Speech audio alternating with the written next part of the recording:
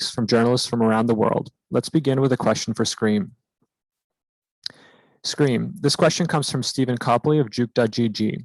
Europe has been one of, if not the most up-in-the-air regions. Lots of teams winning or competing for those top spots. Do you think it's just players and teams figuring out their play style or something else that's caused such varied results? I didn't get the question. Europe has been one of, if not the most up-in-the-air regions. Lots of teams winning or competing for those top spots. Do you think it's just players and teams figuring out their play style, or is something else that's caused such varied results?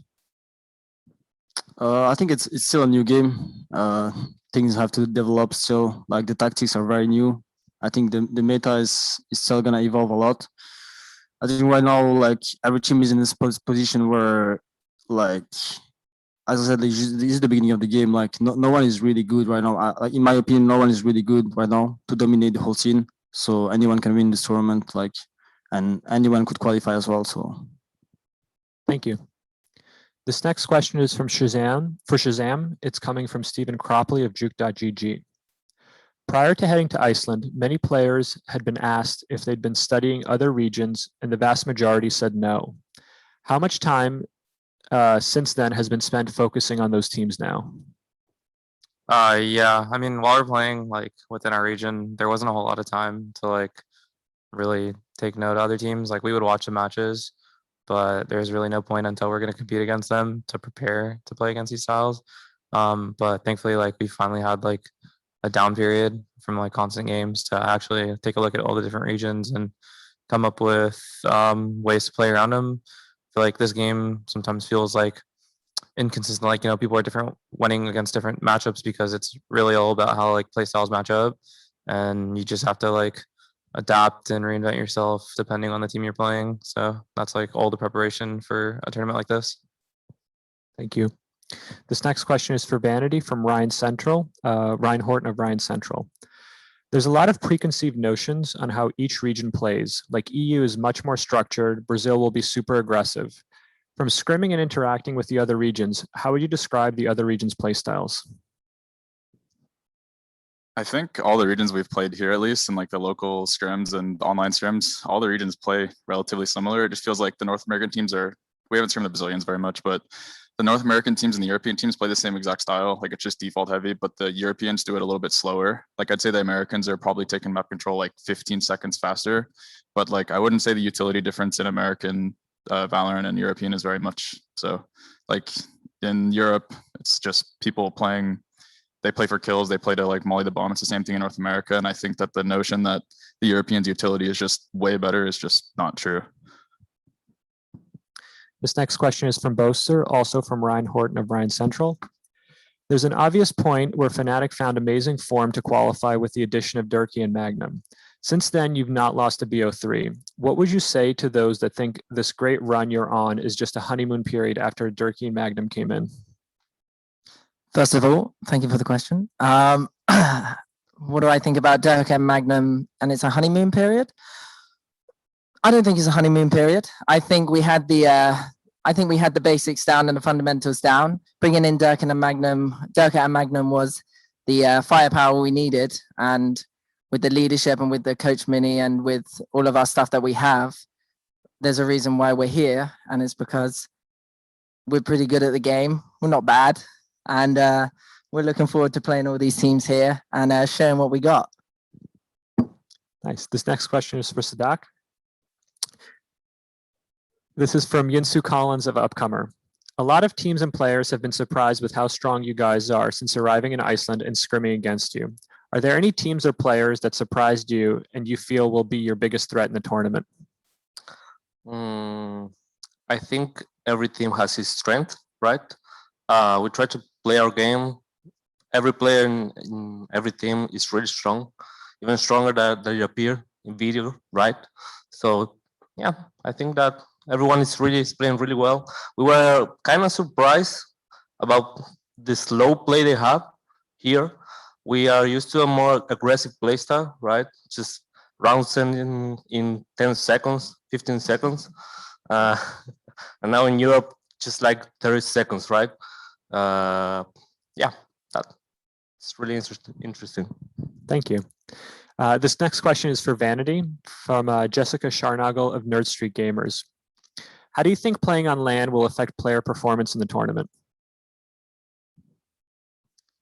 I think given even if a lot of these players have played online before, I think just given the stage it's on, it's the first international event for Valorant, there's going to be nerves across the board. It doesn't matter who you are. It doesn't matter how high of a level you competed on. Yeah, the people that have competed at a higher level probably will have more of an advantage at first, or later on in the tournament. But I think in the beginning, everyone's just going to have like the beginning of the nerves. But I don't think it'll affect the level of play very much. This next question is for Boaster from Yinsu Collins of Upcomer. We've seen such a dramatic shift into the Viper and Astra meta, and we'll expect all of the teams to showcase what they've been working on. However, you're one of the teams that have stuck with Brimstone on Bind despite Astra being introduced. Why is this? What are the strengths and weaknesses of both agents on Bind? First of all, thank you for the question. The reason why we're sticking with Brimstone, I'd say, is because I saw that people were saying like, why is I don't get why EU is playing Astra not playing Astra so much. But I think the reason why we stick with Brimstone is because, firstly, I love playing Brimstone. It's kind of fun, and I guess that kind of helps with the overall. Because I'm the IGL, I come up with the strats, whatnot. So that kind of overall improves our T side and whatnot. Astra, yeah, she's pretty good. I mean, you got the cross map, you got all that, like, stars and whatnot. But I don't think she's needed. I think Astra is. I think her ulti is just useless. Like, I don't see it being very good whatsoever. So why rock an Astra? Like with you got the sucks, but like man's already past the sucks by the time that you're using them. You know what I'm saying? Like, that's why we use Brimstone. I think he's cooler. His smokes are better. I like him. Molly, that's it. Nice. This next question is for Scream. What is the biggest weakness in North America's approach to Valorant? And this question is from Andy Williams of Deserto. It's a tough one. I think as Vanity said, like Europe and America have kind of the game style. But I do think Europe is a bit better. Like, I think obviously the Sentinels have like amazing players individually, but I feel like what they do is very predictable compared to Europe, and I think that's gonna be the biggest difference between these two regions. Can I respond to that? The team you saw in Masters 1 and the team you saw in regional finals is a different team from the team you'll see here. So you'll do nothing. This next question is for Sadak from Josh Wilkinson of Platchat. Which top teams do you think you match up the best against? We match up against. Which teams do you match up the best against? I mean, we haven't played against every team here because they don't want to scream us, most of them. So it's a tough question to answer. But yeah, that's my answer. Thank you. This next question is for Boaster. It comes from Josh Wilkinson of Platchat. Your players are fairly inexperienced in huge events like this. How are you making sure that your guys perform at their best at LAN? First of all, thank you for the question.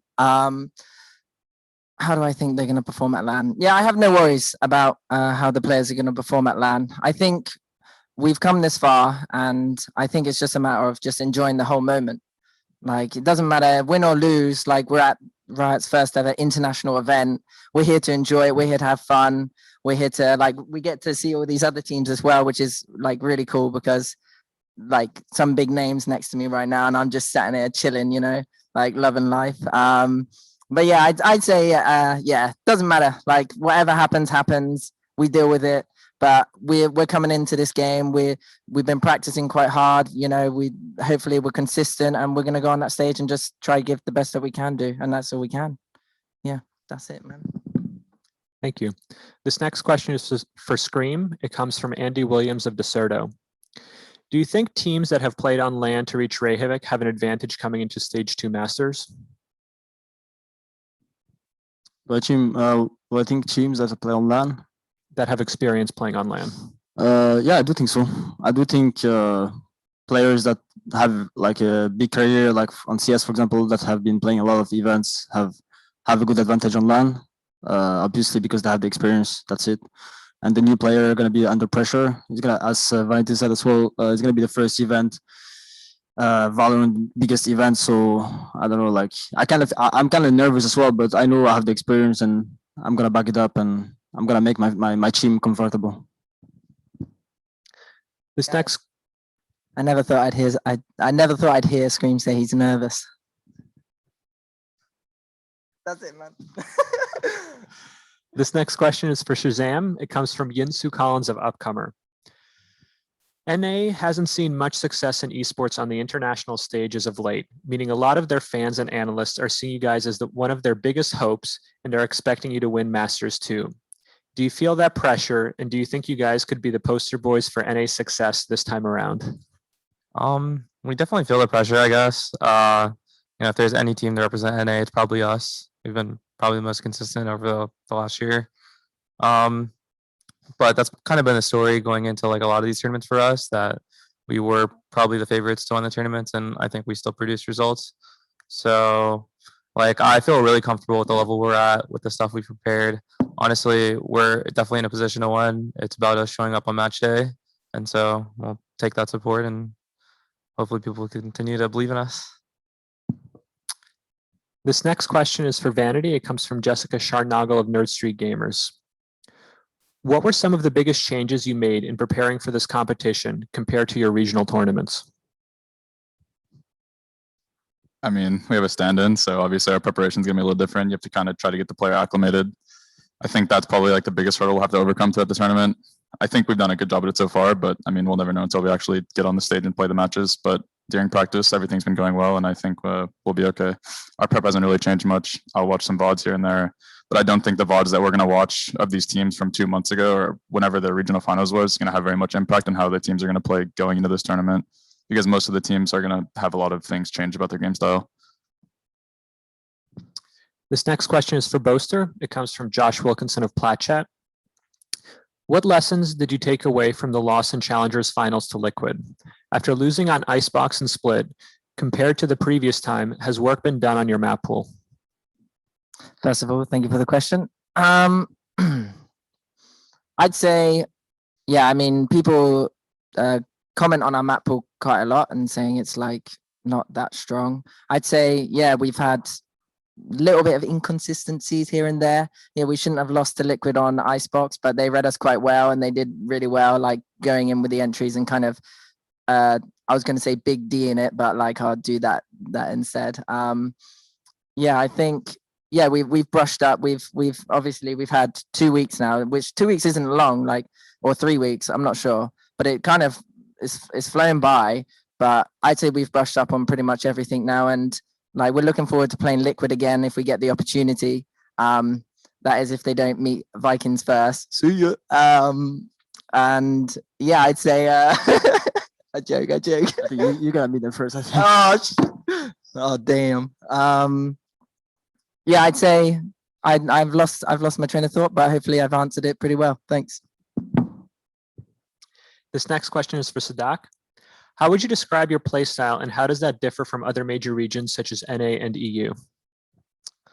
I think our playstyle is really good against aggressive teams, right? And now we're transitioning to play really well against slow teams. So one of our strengths is the adaptability we have. So yeah, it's actually really surprising how teams play here. Like it's really, really different, and we are learning from them. Yeah. This next question comes from Josh Wilkinson of Platchat. It's for Scream. After EC1S left the team, what was the process of finding a new in-game leader? Can you describe how the calling works on Liquid now with Soulcast and yourself? Yeah, we have had problems with Eccles, with Liquid, because like he was taking over the calls a lot. But I think in Valorant, like we need 5 brains to work. We need consistently like thinking solutions all the time. Obviously, we don't have a set in-game leader, but I try bringing my experience. I have a good vision of the game as well. Soulcast is doing kind of the same as well. So we have a good mix of like just working, adapting to the game, and obviously we have amazing strats as well. mix it up. But as I said, we don't have in-game leader, but we don't need it. We just have like 5 amazing aimers, 5 amazing players. We have one of the best operator in the game right now, I think. So yeah, I think we are really ready for it. This next question is for Shazam. It also comes from Josh from PlatChat. As one of the most respected in-game leaders in the game, what's your feeling on how easy counter strats are going to be in the opening rounds? Do you expect teams to run brand new compositions, strategies, and set plays? Yeah, I think there's going to be teams changing up their comps a lot from when they last played, as well as everything they're doing. I highly doubt any team is going to come into this tournament doing the same stuff they did in the regional finals or the qualifiers, because that would make absolutely no sense. So I feel like this is just going to be a test of matchups and who brings their best game and who can adapt and adjust mid game in these opening matchups for sure, more so than like preparation and counter stratting. You know, teams will do their homework and players will have their tendencies, but I expect teams to reinvent themselves. This next question is for Vanity. It comes from Ryan Horton of Ryan Central. Obviously, being a lot of talks on scrimbucks and expected performances based off those results alone. From playing, interacting with the other teams, which team has exceeded your expectations the most? I'm assuming you meant exceeded, right? Exceeded, yes. I don't think we've been completely blown away by any of the teams we've scrimmed online here. We haven't scrimmed like any of like I think the best team we've scrimmed is Vikings. I think they're the best team we've practiced against so far, but we haven't scrimmed against Sentinels, Fnatic, or Liquid. So I mean, none of them have really blown us away, but I think Vikings is definitely the best team we've practiced against, and they'll probably do really well throughout the tournament. This next question is for Boaster. It comes from Yinsu Collins of Upcomer. Some of the teams outside your regions have confessed to being inspired by your strats and compositions. How difficult is it to anti-strat your own stuff, knowing that you'll inevitably have to play into teams that will use your own strats against you? First of all, thank you for the question. Yeah, I think in terms of some maps, I guess our comps have inspired other teams to run similar ones or slight variants. I think in terms of Valorant, we've been quite creative in that kind of aspect.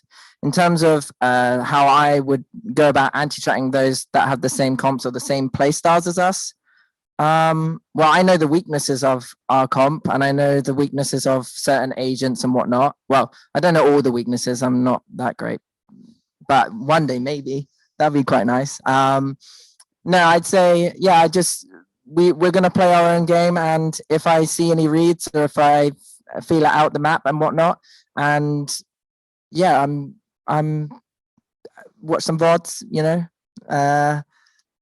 yeah, sorry, I've screwed that one up. Yeah, it was good start. This next question is going to be for Scream from Josh Wilkinson of PlatChat. What do you see as Liquid's biggest competition on your side of the bracket? I don't even know who we play. We're just gonna destroy everybody. This next question is for Vanity. It comes from Josh from PlatChat as well. How does Jammies differ from Whippy? I think Whippy is a more aggressive lurker than what we have in Jammies. I think Jammies is more of a passive type player, which I think kind of hinders us a little bit because we were not reliant, but I think Whippy created a lot of space and gave us a lot of information on the weaker sides of the map typically. But I do think that Jammies is really strong on defense, and I think that's something that'll benefit us throughout this. I think they're both really strong on defense, but I think Jammies is a lot better at holding sites like on the agent he's playing currently.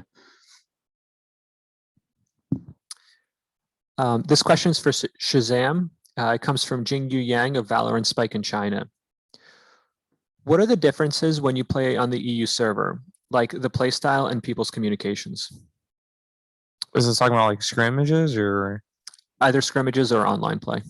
EU playstyle is definitely really slow. I mean, NA teams default like that, but I think EU teams are really slow as well. Maybe, I mean, even slower.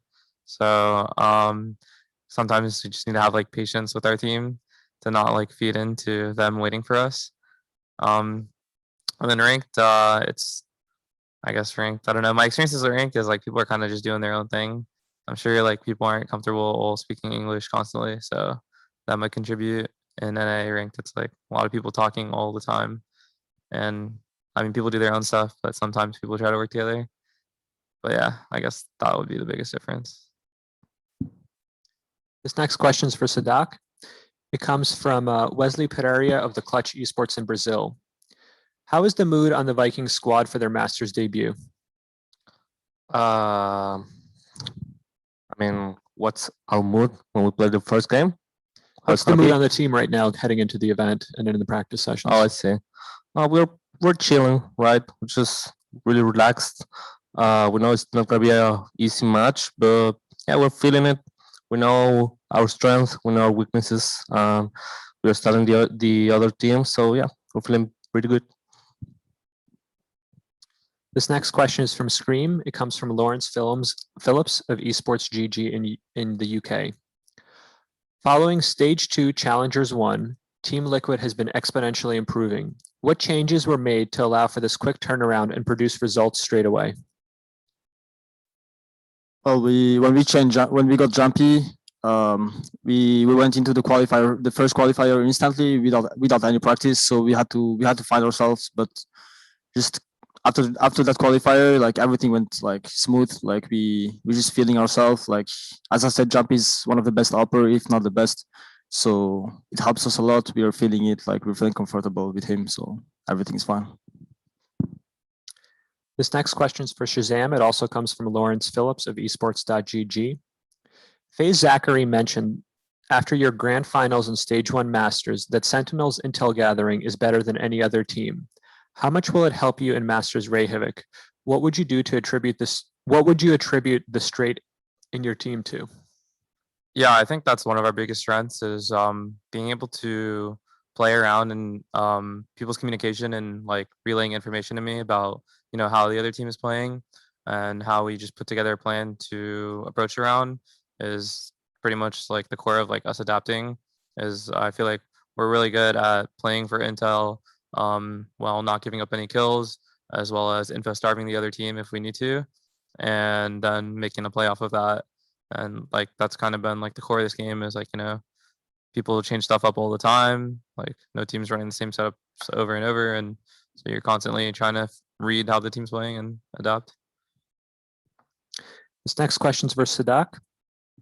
It comes from Victor Hugo Barbosa from Mais Esports. Team Vikings will debut in Masters Reykjavik against X10 Esports. What are your expectations? I think we are going to win, of course. As I said before, it's not going to be an easy match, but we are really trusting ourselves in this one. So it should be 2-0 from our end, but we don't know. Could be anything. This next question is for Shazam. It comes from Aaron Alford of Invent Global in the United States. Can we expect the same level of aggression that we have witnessed from your team so far, or are there some surprises up your sleeves for this tournament? I guess yeah. Like we made it a point that we're gonna change things up obviously from before, but we don't want to lose like our team's identity as well. Like we want to play our style and see how it matches up against these teams. And despite the small changes here and there, it's been pretty well in prac. So you'll definitely see the same mix of Sentinel's aggression as well as slow play. This next question is for Scream, comes from Josh from PlatChat. Your team had a unique view on the smokes meta, running Brimstone on maps like Haven and Split, where almost nobody else does. Do you think that the other teams are wrong for focusing on Astra so much? I think Astra is definitely overrated. I think it's good, but it's not that good as people say. And I think we are really good with Brimstone. We know how to use it. Brimstone is a really good agent as well if you know how to use it. So we don't need Astra for now. And I think Astra it needs some time to get used to this agent as well. And we just didn't feel playing this agent. Like no one in our team felt playing this agent. So we just kept playing Brimstone, Omen. Very basic, but it's working good. Thank you to the players for your participation today. Masters Reykjavik will begin on Monday, May 24th at 8 a.m. Pacific.